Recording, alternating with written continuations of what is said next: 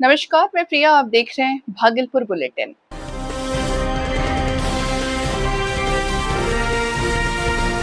Kelanchal times, हर खबर पर हमारी नजर। भागलपुर बिहार में सरकार और निजी निवेश को बढ़ावा देने के लिए मेगा प्रोजेक्ट्स को लेकर मुख्य सचिव ने वीडियो कॉन्फ्रेंसिंग के माध्यम से अधिकारियों के साथ बैठक की।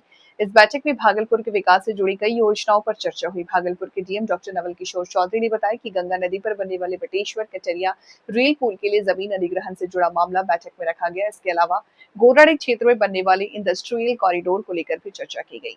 डीएम ने कहा कि भागलपुर धीरे धीरे इंडस्ट्रियल हब के रूप में विकसित हो रहा है और आने वाले समय में यहाँ इंडस्ट्रियल यूनिट के साथ साथ एजुकेशन सिटी और आईटी हब विकसित करने की दिशा में काम किया जाएगा। भागलपुर की कनेक्टिविटी को बेहतर बनाने के लिए रेल पुल, एक्सप्रेसवे और 4 लेन सड़क परियोजना पर भी सरकार का ध्यान है। एक हमारा कटरिया जो रेल लाइन है उसी को लेकर के माननीय मुख्य सचिव महोदय के द्वारा रिव्यू किया गया था। हम लोग एट पार हैं और जो रेलवे को सपोर्ट चाहिए लैंड एक्विजिशन में हम लोग कर रहे हैं। बहुत जल्द वहाँ के किसानों को हम लोग राशि भी दे देंगे। कुल 16 मौजा हमारे यहाँ अधिग्रहण किया जाना है। 16 मौजा में ज़मीनों को अधिग्रहण किया जाना है। तो 11 में नोटिफिकेशन भी हम लोग कर चुके हैं, 5 में हम लोग प्रपोजल भी भेज चुके हैं। तो बहुत जल्द उसको नोटिफाई करके और आम किसानों की जो राशि होगी उनके खाते में डालते हुए उस पूरे इलाके में जो रेल खंड का निर्माण कराया जाएगा। और भागलपुर में भूमि उपलब्ध है, इसको एडो सिटी के रूप में डेवलप किया सकता है। क्योंकि भागलपुर एक जो शिक्षा का इतिहास रहा है, विद्या की नगरी रही है। विक्रमशिला यहाँ रहा है जिसने पूरे विश्व को ज्ञान दिया है। उसके बाद सबौर एग्रीकल्चरल यूनिवर्सिटी है जिसने कि हजारों की संख्या में यहाँ से कृषि वैज्ञानिक को उन्होंने जन्म दिया है। भागलपुर मेडिकल कॉलेज है, भागलपुर में इंजीनियरिंग कॉलेज है, इसके साथ ही ट्रिपल आईटी है, कई इंस्टीट्यूशंस हैं। और भागलपुर एक बहुत ही पुरानी नगरी है और एक सांस्कृतिक नगरी रही है। तो इसके तहत यदि भागलपुर को विकसित किया जाता, हमारे पास भूमि उपलब्ध है। यदि इंडस्ट्री की ज़मीन को हम लोग वहाँ शेड डेवलप करके, मकान डेवलप करके, यदि एजुकेशन हब हम डेवलप करते हैं। केलांचल टाइम्स, हर खबर पर हमारी नजर। भागलपुर के नाथनगर से सीटीएस में प्रशिक्षु सिपाहियों का पारण परेड समारोह आयोजित किया गया। प्रशिक्षण पूरा करने के बाद सिपाही या पुलिस सेवा की जिम्मेदारी संभालने के लिए तैयार हैं। समारोह में आरक्षी महानिरीक्षक विवेक कुमार और वरीय पुलिस अधीक्षक प्रमोद कुमार यादव समेत पुलिस विभाग के सभी पदाधिकारी मौजूद थे। अनुशासन का प्रदर्शन इस परेड में किया गया जिसमें सिपाहियों में काफी उत्साह और खुशी का माहौल देखने को मिला। अधिकारियों ने नए जवानों का हौसला बढ़ाते हुए उन्हें पूरी ईमानदारी और निष्ठा के साथ अपने कर्तव्यों का निर्वहन करने की सीख दी। समारोह के बाद प्रशिक्षु सिपाहियों के चेहरे पर गर्व और खुशी साफ नजर आई और वे जवान पुलिस विभाग में अपनी नई जिम्मेदारियों की शुरुआत करेंगे। ये पात्र हैं, आप सबने जो परेड का इतना अच्छा उम्दा उदाहरण हम सबके आगे रखा, ये बता रहा है कि आप सब लोगों ने पूर्ण निष्ठा के साथ अपना प्रशिक्षण यहाँ सीटीएस में प्राप्त किया। सबसे पहले मैं आप सबको बधाई देना चाहूँगा कि आज से इस दीक्षांत परेड समारोह के उपरांत से आप सब लोग बिहार पुलिस के एक सक्रिय सदस्य, एक सक्रिय कर्मी के रूप में आप लोग सम्मिलित हो चुके हैं।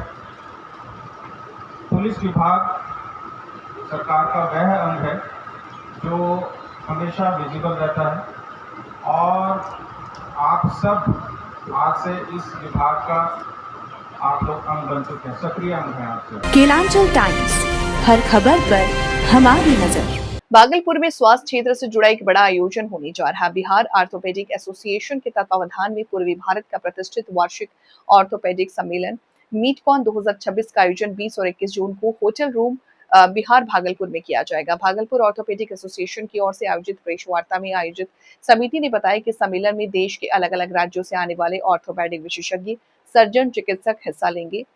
साथ में trauma surgery, sports injury, arthroscopy, robotic और आधारित कई तरह की सर्जरी यहाँ पे कराई जाएगी। डॉक्टर बिहारी लाल ने बताया कि सम्मेलन केवल चिकित्सा ज्ञान का मंच नहीं बल्कि अनुभव और नई तकनीकों को आदान प्रदान का अवसर होगा। इससे बिहार में ऑर्थोपेडिक चिकित्सा को नई पहचान मिलेगी। भागलपुर ऑर्थोपेडिक सोसाइटी के पदाधिकारी ने बताया कि कार्यक्रम में देश के कई प्रसिद्ध डॉक्टर शामिल होंगे और अपने अनुभव को साझा करेंगे। हम लोग 20 और 21 जून को इस भागलपुर में इसी प्रासाल में एक महत्वपूर्ण आयोजन करने जा रहे हैं जो बिहार ऑर्थोपेडिक एसोसिएशन के तत्वाधान में होगा और ये मिडकॉन होगा। मिडकॉन का मतलब मिड में बीच में एक कॉन्फ्रेंस कॉन्फ्रेंस की महत्ता आप लोग अच्छी तरह जानते हैं कि ये कॉन्फ्रेंस न केवल डॉक्टरों को बल्कि यहाँ के लोगों को भी नई तकनीक से अवगत कराने का एक मौका मिलता है। केलांचल टाइम्स, हर खबर पर हमारी नजर। भागलपुर में अवैध शराब के कारोबार से जुड़े एक मामले में विशेष उत्पाद न्यायालय 2 ने आरोपी जीवन चौधरी को 5 वर्ष के साधारण कारावास और 1 लाख रुपए के जुर्माने की सजा सुनाई।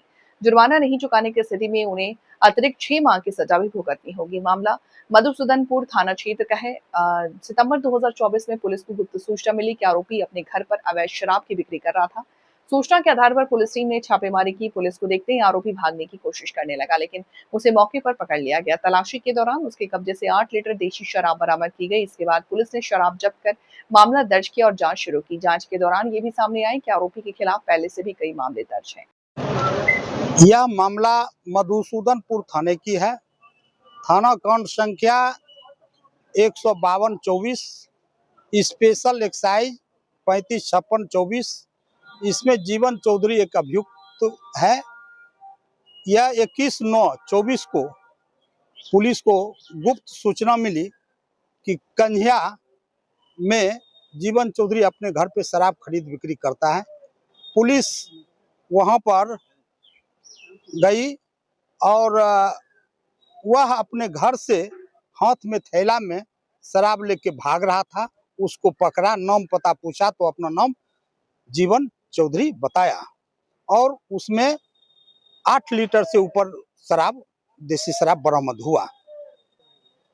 उक्त बाद में आज यहाँ पर माननीय एडीजे 12 उत्पाद कोड 2 माननीय श्री शिव कुमार शर्मा जी के यहाँ उक्त बाद में सजा सुनाई गई और इसमें 5 साल की सजा, 1 लाख रुपया का जुर्माना, नहीं देने पे 6 महीनों की अतिरिक्त सजा सुनाई गई। केलांचल टाइम्स, हर खबर पर हमारी नजर। भागलपुर में 10 महीने से शिक्षकों और कर्मियों को नहीं मिला वेतन। माली हालतकारी नदार तिलका मांझी भागलपुर विश्वविद्यालय के वर्ष 2001 में स्थापित MBA विभाग के कार्यरत शिक्षकों और गैर शिक्षण कर्मचारियों को पिछले 10 महीने से वेतन का भुगतान नहीं किया गया, जिससे उनके सामने गंभीर आर्थिक संकट खड़ा हो गया। स्थिति इतनी दयनीय हो चुकी है कि भुक्तभोगी कर्मचारी अपने बीमार परिजनों के लिए दवाइयों तक नहीं खरीद रहा, नहीं बच्चों की पढ़ाई का खर्च उठा पा रहा है। इसके साथ ही संविदा पर बहाल शिक्षकों और कर्मियों का सेवा विस्तार भी नहीं किया गया है, लेकिन विश्वविद्यालय प्रशासन उनसे लगातार काम ले रही है और इस घोर लापरवाही और 10 माह से लंबित वेतन को लेकर जब विश्वविद्यालय प्रशासन का पक्ष जाने की कोशिश की गई तो मौके पर कोई भी सक्षम अधिकारी मौजूद नहीं मिला, जिससे कर्मचारियों में भारी आक्रोश है। परेशानी ये है सर कि जो हमारे यहाँ जो हमारा सैलरी है और हमारा रिन्यूअल है ना, तो सैलरी हमारे यहाँ लगभग 10.5 महीना से ड्यू है और हमारा रिन्यूअल जो है टीचिंग का वो जो है पिछले अक्टूबर से ड्यू है और हमारे यहाँ जो नॉन टीचिंग स्टाफ है उनका अगस्त 2025 से ड्यू है।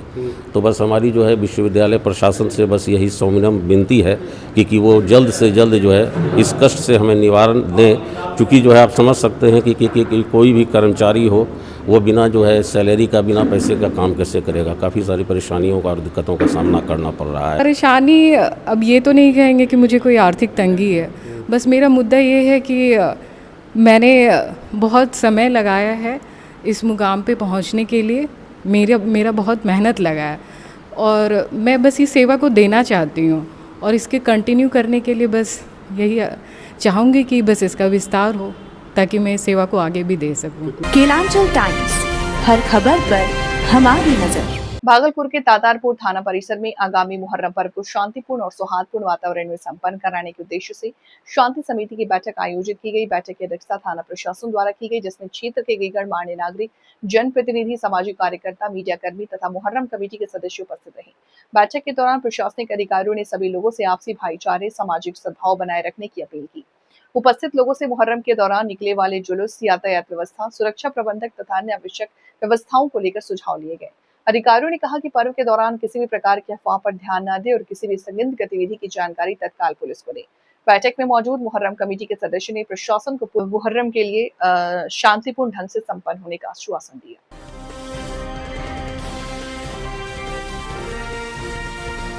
केलांचल टाइम्स, हर खबर पर हमारी नजर।